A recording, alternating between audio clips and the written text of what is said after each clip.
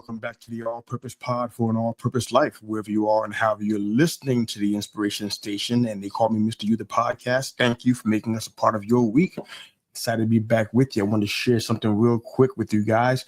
I'm excited about this because I feel like when we start talking about going into a new year, I laugh about it sometimes, but it's kind of not funny.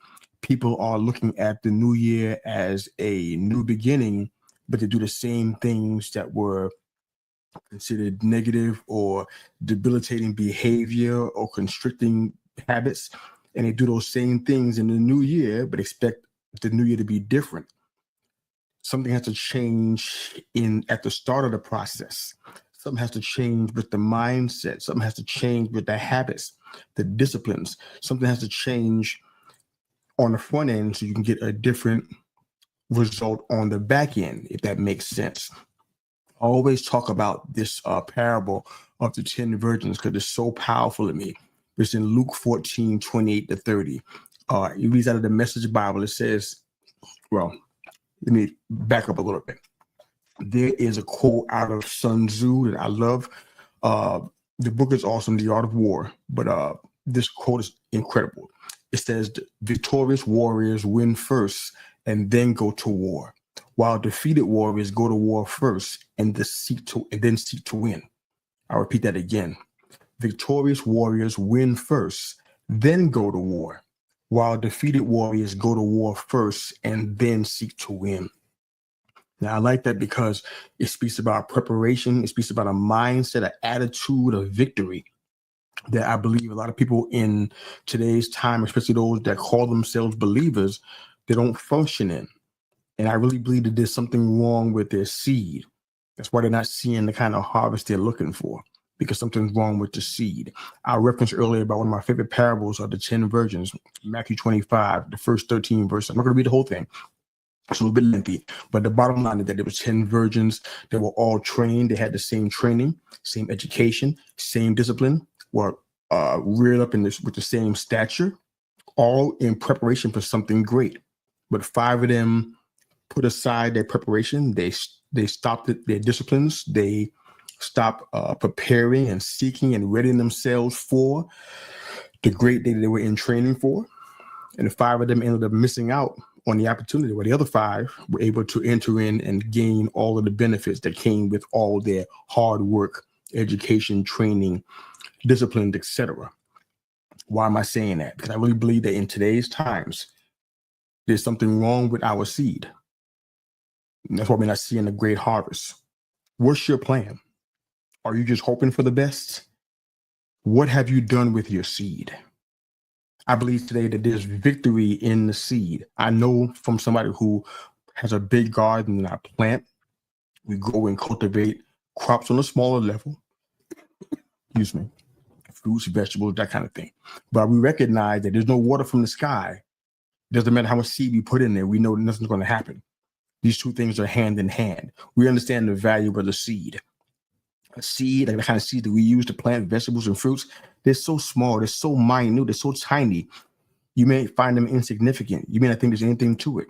Dropping one of those seeds and losing it is potentially a harvest that's missed. That one little seed can produce a great yield of collard greens or green onions or the herb oregano or a mulberry.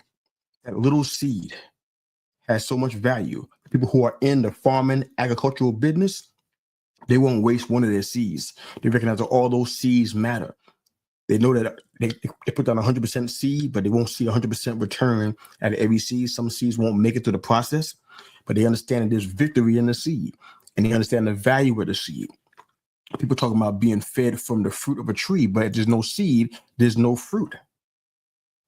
We got to recognize that there is a process in the planting. There's a process in the growth, and we can't avoid getting dirty. We can't avoid the dirtiness of being planted. It's not neat and tidy. It's messy to be planted, but there's victory in the seed.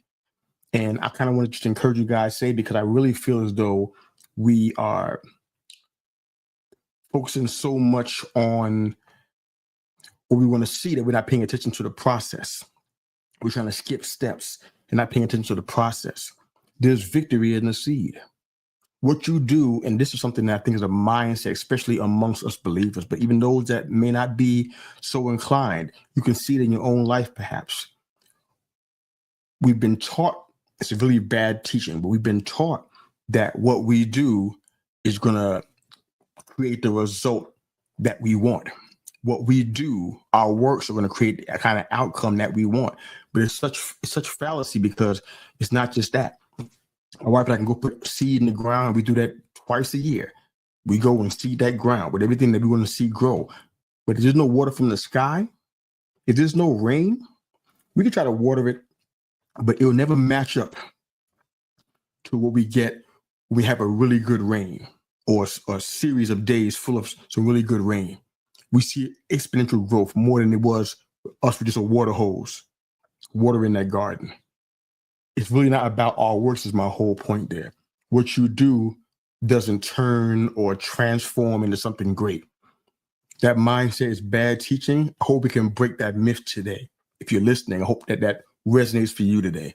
What you do doesn't turn into something great. What you do doesn't transform magically into something great.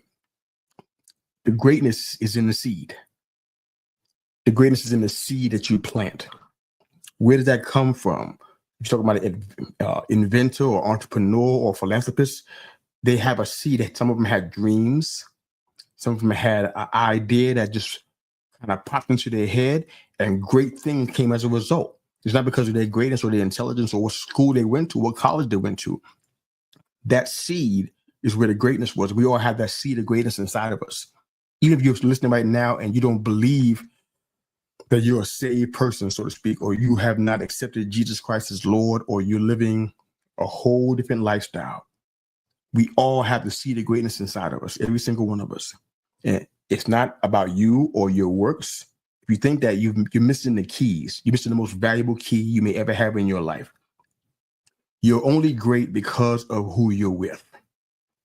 I don't mean your friend. I don't mean Bebe and them. You're only great because of the association. The power is in the association. I want to read John 15 real quick. The first 5 verses.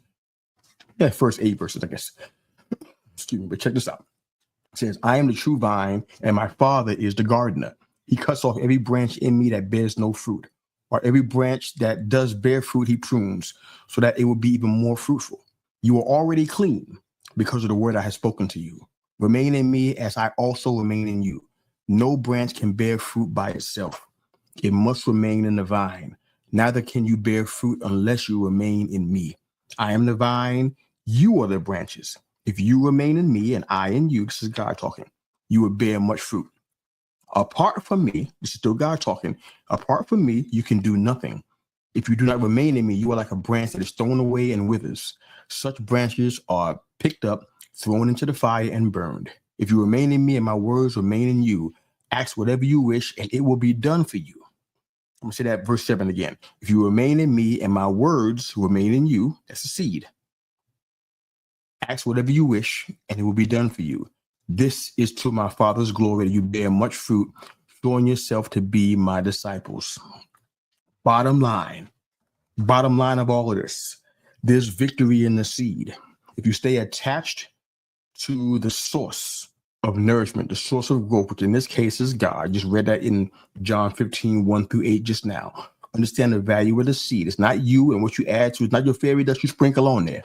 It's the value of the seed. The seed is what matters. If there's no seed, there's no harvest. If there's no seed, there's no chance of a harvest. Yes, we need rain.